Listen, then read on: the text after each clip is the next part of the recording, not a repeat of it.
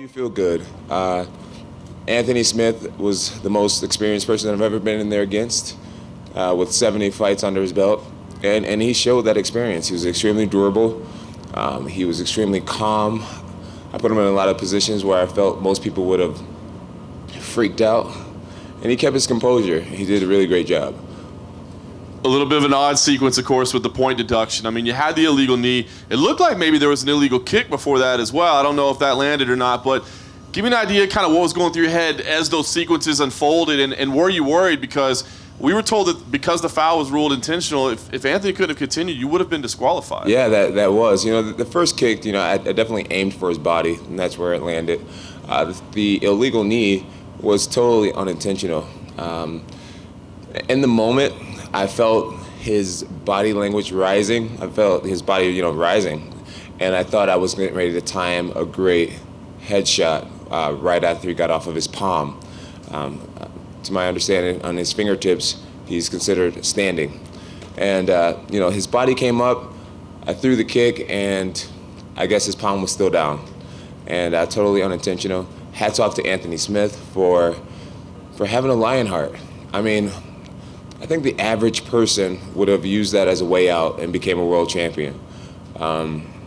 He was tired.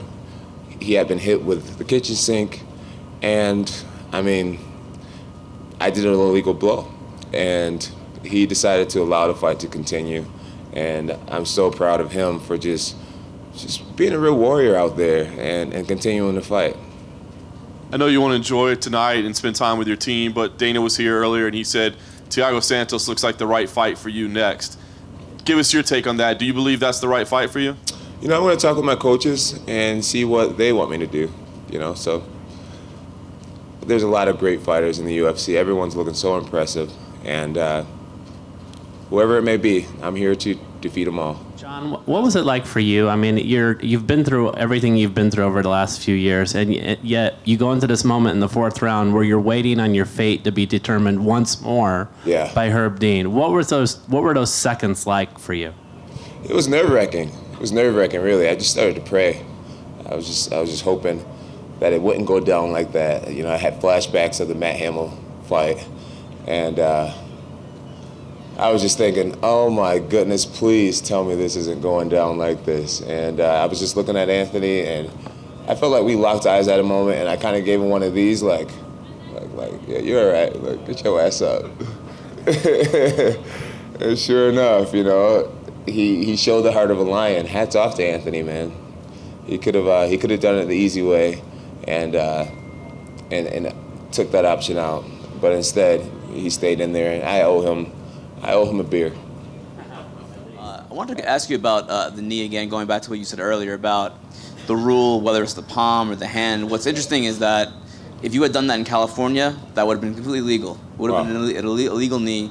It's illegal in Nevada because of just the different rules about which hands is which. Is that confusing for fighters? I mean, it's like, if that was in California, again, that would have been a legal knee, but here, it's not.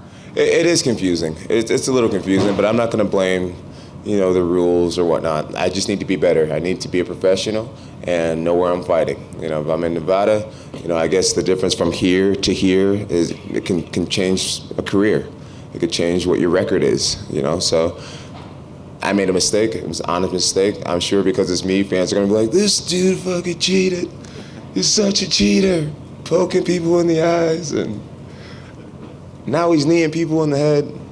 I just got to learn to, you know, take it and keep on ticking. I'm curious.